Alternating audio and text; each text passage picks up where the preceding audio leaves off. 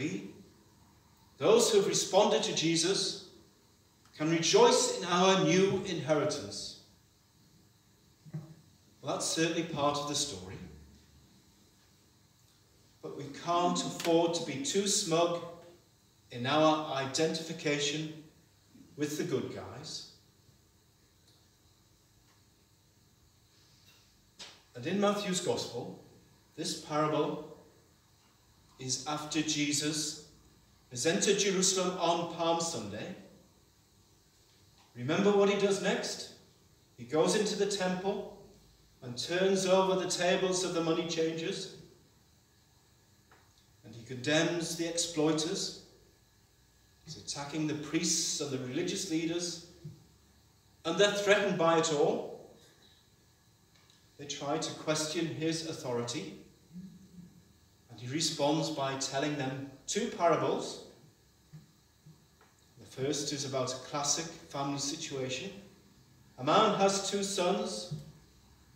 The father asks one son to do something, and he says, "Yes, I'll do it."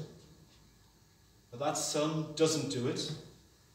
And the second son says, "No way," but then feels bad and does it anyway. The first son keeps up the appearance of behaving well, but doesn't deliver. The second son presents as a rogue, but does the right thing in the end. And then Jesus tells the parable that we've heard today. So it seems to me the emphasis is on how we behave and what we do. Jesus models godly living, humility, justice, care for the sick and the little ones. And then Jesus questions how we live and behave. Do you talk the talk? Or do you really walk the walk? How do you believe? How do you behave when the crunch comes? Slug-like, going our own way? Or Christ-like, following with commitment to God and total concern for others? And we can become complacent, think that we're doing the right thing, but we have to intentionally retrain our speaking, our acting, our reacting, so that we become more Christ-like. It seems as if some people in church think that if we sing enough songs, do enough Bible studies, somehow God will change us and we'll become a better people simply by being in a Christian environment,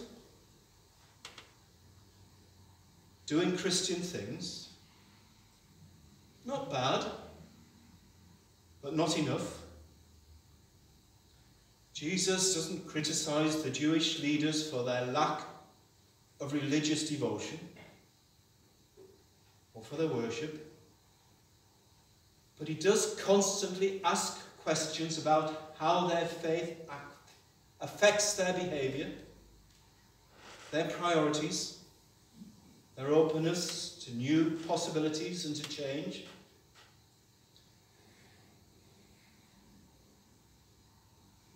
And in the passage, there's a pointer towards Psalm 118 about how people so often reject something as worthless that turns out to be the cornerstone for the future. And I think that's the question for us. It's easy to nod sagely when we hear that the people of Israel were unable to respond to the prophets. But do we keep failing to recognize the messengers of God who come amongst us today? What new possibilities of change are open to us?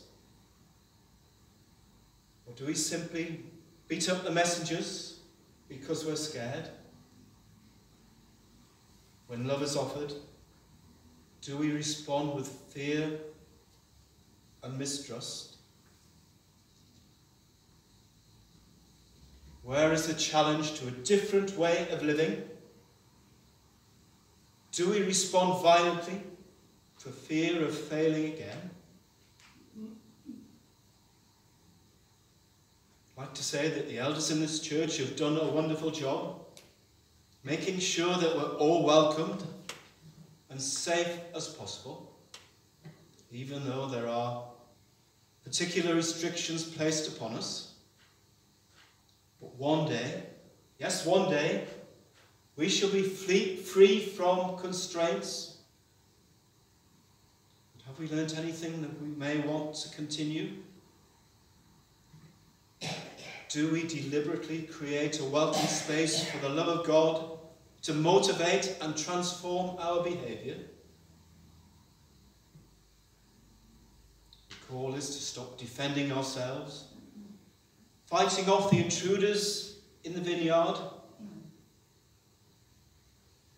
and rather to welcome the Spirit-sent opportunities that will demand of us, but will also change us.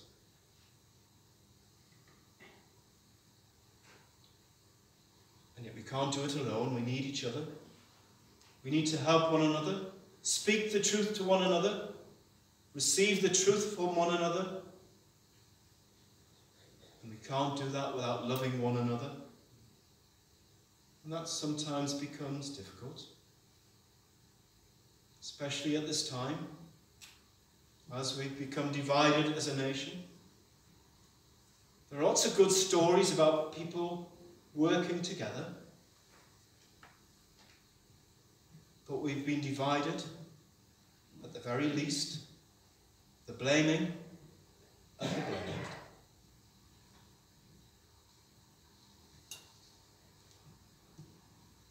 When I began to prepare this sermon, I wasn't sure about the ending. Sometimes I have an ending before I have a beginning. So the strapline again. God has invested huge amounts of loving attention on his vineyard. And God has been cheated by people behaving like slugs. The church does not bear the fruit of the kingdom, which is Christ-like behaviour, living as Jesus did, then it will be lost. We'll be left defending something that's no good to anyone.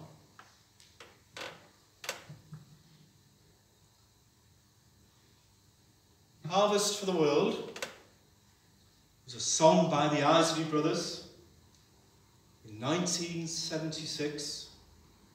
Some of us were in our 20s and 30s then. Some of us may still have been in our teens. Do you remember it? The Isley Brothers, all babies together, everyone a seed, half of us satisfied, half of us in need. Love's bountiful in us, tarnished by our greed. When will there be a harvest for the world?